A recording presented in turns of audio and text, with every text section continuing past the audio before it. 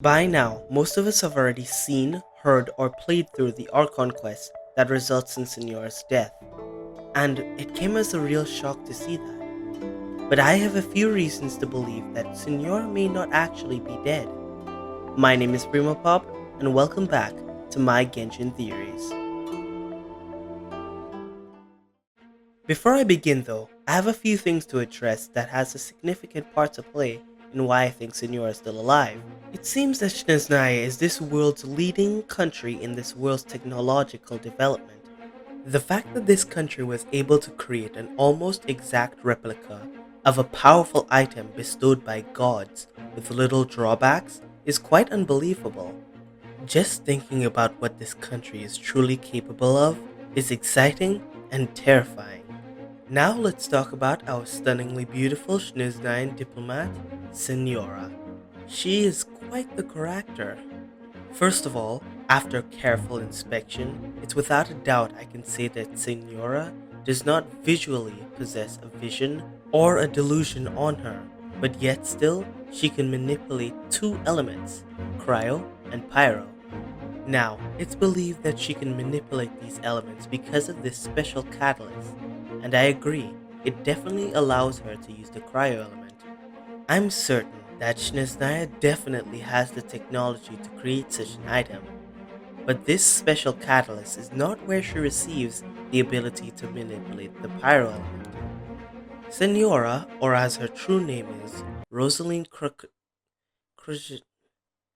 Kruzakchikal I'm sorry, I cannot pronounce this. Let's try that again.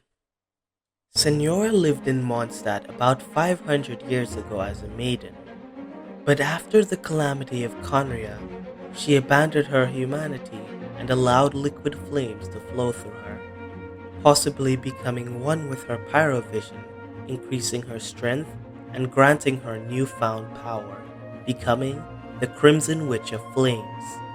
But what if abandoning her humanity not only allowed her to become stronger, it may have also removed the restraints that restricts the mortal being. Essentially, what I'm saying is, Signora was not cursed like Dainsleif. She was born a human. That means her body will definitely still age.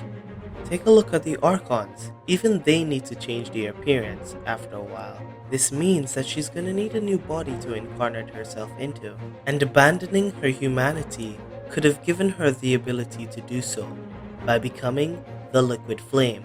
There isn't much evidence to support this idea, but there is one line that Venti said to Signora before she took his gnosis that really caught my attention.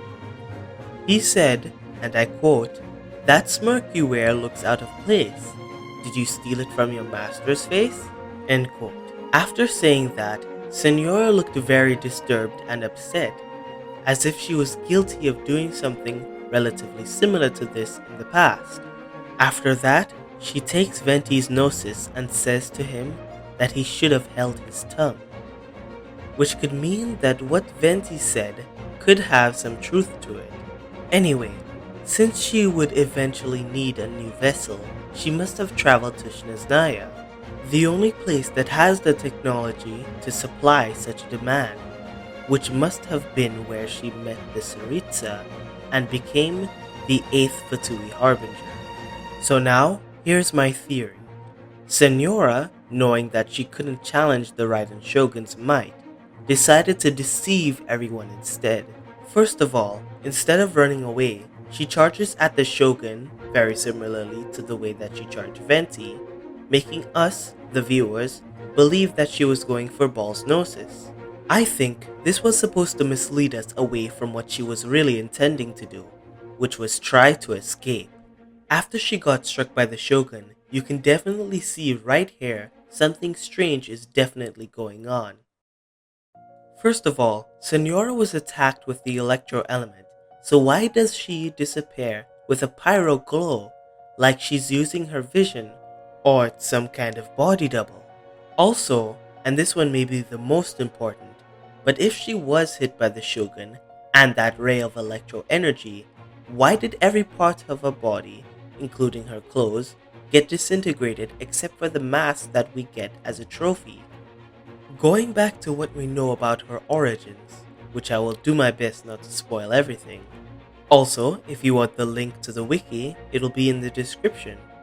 After becoming the Crimson Witch, Signora received a really bad burn on her face that she was hiding with the mask that we now possess. So I think at a later date, we might meet up with her again and ask her about the burns on her face, thinking it may be from the battle, and she'll tell us her story, and about what she's truly fighting for, which might change your perspective about her. And I think that would be her redemption arc, where she reflects on what she's done in her past, and from then on, vow to try to stick to the original, righteous path she planned on following, which will cause her to join us. And that's how we'll get the Signora banner. You're welcome, Tectone. No need to thank me. Also, there's one more thing that caught my attention in her origin story. It mentioned something about her using her life's flame, which could be her soul, to become the Crimson Witch, which I said before that I think she became one with her vision. And that's why we don't see it on her, but she's still able to use her pyro element. But whether or not she became one with her vision, we still saw no sign of her vision after her supposed death. We don't see it drop to the floor, nor do we see any pieces or any sign of it even after disappearing. We may not know much about visions, but judging by what we know about Kazuha's friend's story, visions can stay behind after the user's death. All that happens is that it will no longer have any elemental energy.